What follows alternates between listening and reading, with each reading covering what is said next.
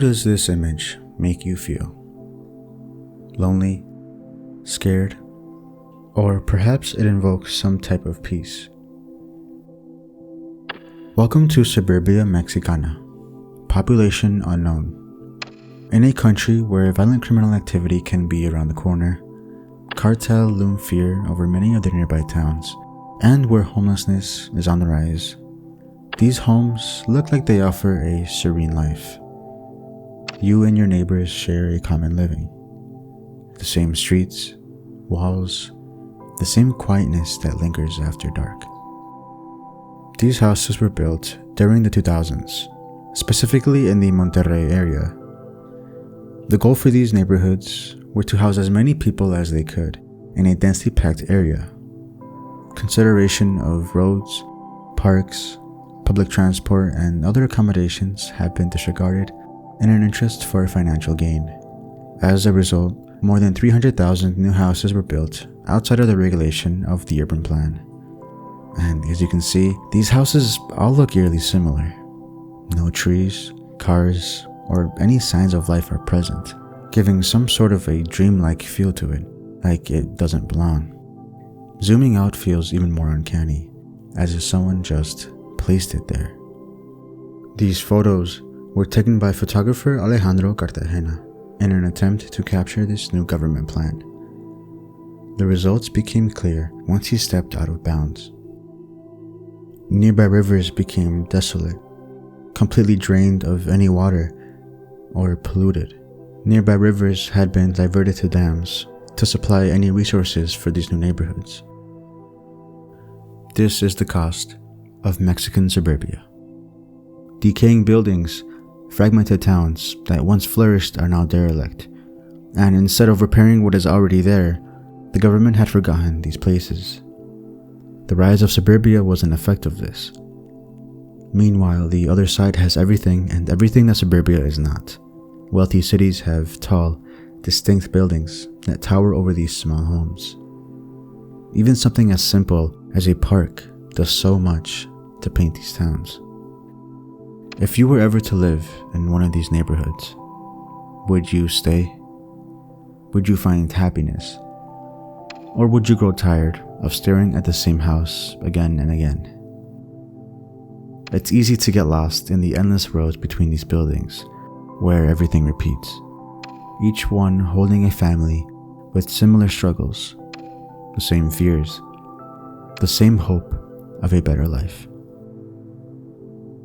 Suburbia Mexicana is nothing more than a disguise.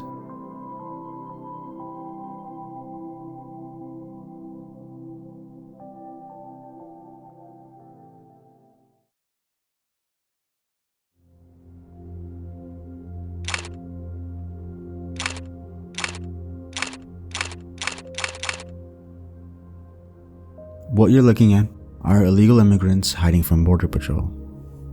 Bodies packed into tight compartments, cramped together for hours, sometimes even days. These spaces, they're not designed for people, yet here we are. Each one of them has a different reason to be there. Some are running from poverty, others violence, and many are simply searching for a better life. The journey itself is dangerous. Migrants ride atop freight trains. They cross deserts under a blistering sun. And when they can't continue on their own, they turn to smugglers, known as coyotes. In a case that happened on June 27, 2022, workers around Interstate 35 heard a noise coming from a trailer that was parked nearby.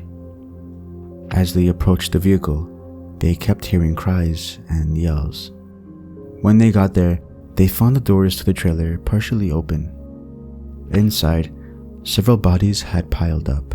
The remaining survivors were too weak to open the doors fully to escape. The workers called 911 and they quickly got to work.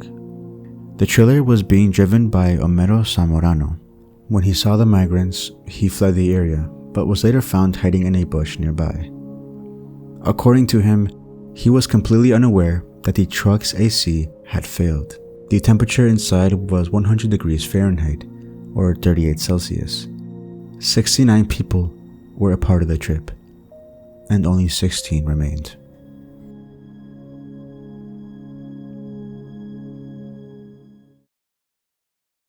"7:17 a.m., September 19th, 1985, Mexico City.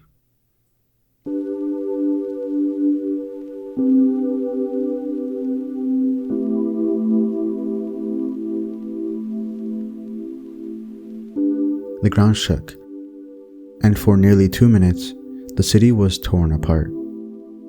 Buildings folded in on themselves like paper. Entire neighborhoods disappeared into dust, and thousands of people had died. What stood only moments before was gone, replaced by this. Mexico City looked as if it had been bombed, but that wasn't the case. It was an earthquake, magnitude 8.1, one of the most devastating in the country's history. These haunting images reveal the true force of nature that was the earthquake, each one telling its own story. The Conalep High School. Classes had begun at 7 in the morning, so when the earthquake struck 17 minutes later, classes were packed with students and teachers.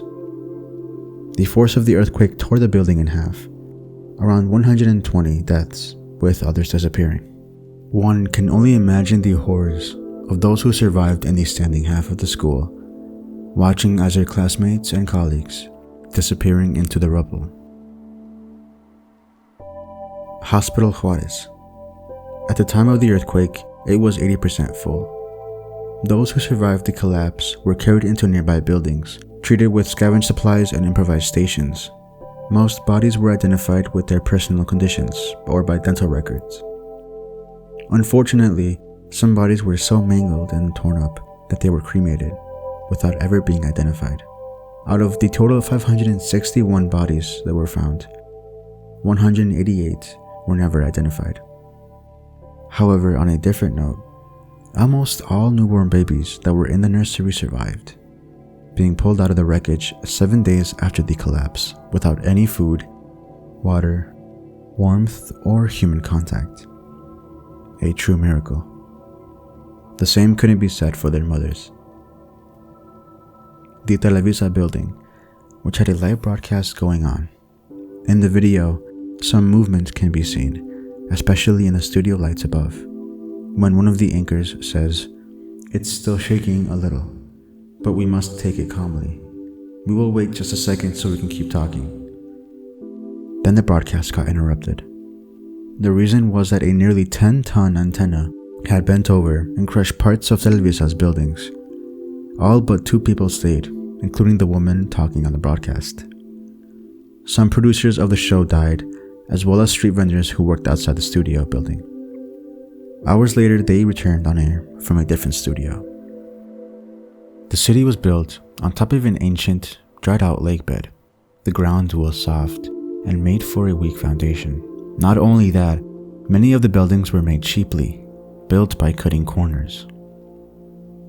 In a way, the earthquake was a reminder of how fragile life can be.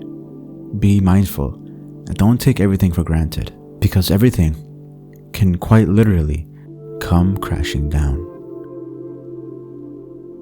These stories are just the beginning. All of them are unique, but all 3 of them reveal a deeper problem within Mexico. A pattern that goes far beyond a single suburb, a single trailer, and a single earthquake. And I'll leave it at that. I hope you enjoyed. Take care.